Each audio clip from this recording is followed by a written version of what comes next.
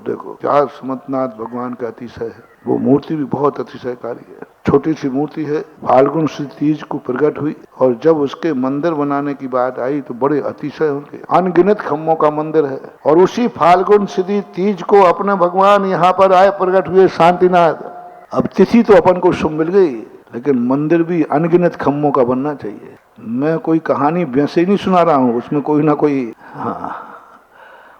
अनगिनत खम्भे का जब मूर्ति का वहां का मंदिर बना, उनके मंदिर के आज तक कोई खम्भे नहीं गिन पाया, मैं भी नहीं गिन पाया। श्रीफल रख करके खम्भे गिने, श्रीफल रख करके द्वारा गिनोगे तो या तो एक दो खम्भे ज्यादा आएंगे या कम आएंगे। तीन तीन चार चार बार गिने, पॉइंट लगा के गिने, नंबर डाल के, लेकिन आज तक कोई खम्भे सही इस ढंग से उस मंदिर को बनाया गया। हमारे महाराज पूज्यवर धर्म सागर महाराज जी हुए, उन्होंने नरियल रखवाए, बोले कैसे नहीं गिनेंगे, मैं गिनूंगा। इतनी गिनती नहीं आती क्या? 3 बार उन्होंने गिने, 3 बार संख्या लगाई। और मुझे तो थोड़ा सा अपनी बुद्धि पर थोड़ा, अरे मैंने कि अपन करेंगे, मैं थक गया, मैं बैठ गया। फिर मैंने 2-3 बार गिना। मैंने कि भैया बनाने वाले की मेहनत बेकार मत करो, उसने बनाई इस ढंग से है कि कोई इसके खम्भे, तो अपन क्यों उसकी भावना को चुनौती दे रहे हैं। अनगिनत खम्भे कोई नहीं गिन सका। तुम्हें भी जाना होता, एक आध बार सिर से पहाड़ फोड़ा ना। इंजीनियरों को लगाया, मैंने कि आप लोग लगो, लेकिन इंजीनियर भी फेल हो गया। ऐसा मंदिर अनगिनत खम्भों का बना। और किस कंजूस ने बनाया मालूम आप? इतना कंजूस, एक बार उनके जो सेठ जी थे,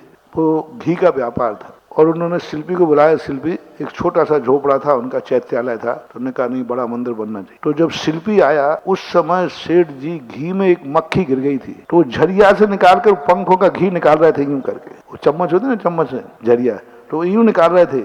मक्खी में वो घी चिपक जाता ना, वो तो यूं यूं कर रहे थे। उसी समय शिल्पी आया, बोले ये मक्खी चूस, ये मक्खी चूस मंदिर बनाएगा क्या, खाक बनाएगा? ये तो मजदूरी भी देने वाला नहीं है। और ऐसे उसने कहा सेठ जी, अब बोल तो सका नहीं कुछ भी, सेठ जी मंदिर ऐसे ही नहीं बनेगा, बहुत महंगा मंदिर बनेगा। बोले कोई बात नहीं, बोले मंदिर बनेगा जहां जहां पिलर आएंगे, शिल्पी ने कहा एक एक पीपा घी डालना पड़ेगा नींव में, पहले ये बताओ तो हम नक्शा बनाए। तो वो क्या कहते हैं नथमली, बोले मूर्ख, एक एक पीपा कह रहा है, 2-2 पीपा डाल, एक एक कह रहा है 2-2 डाल, भगवान के मन तो बताया तो सही कितना करना है।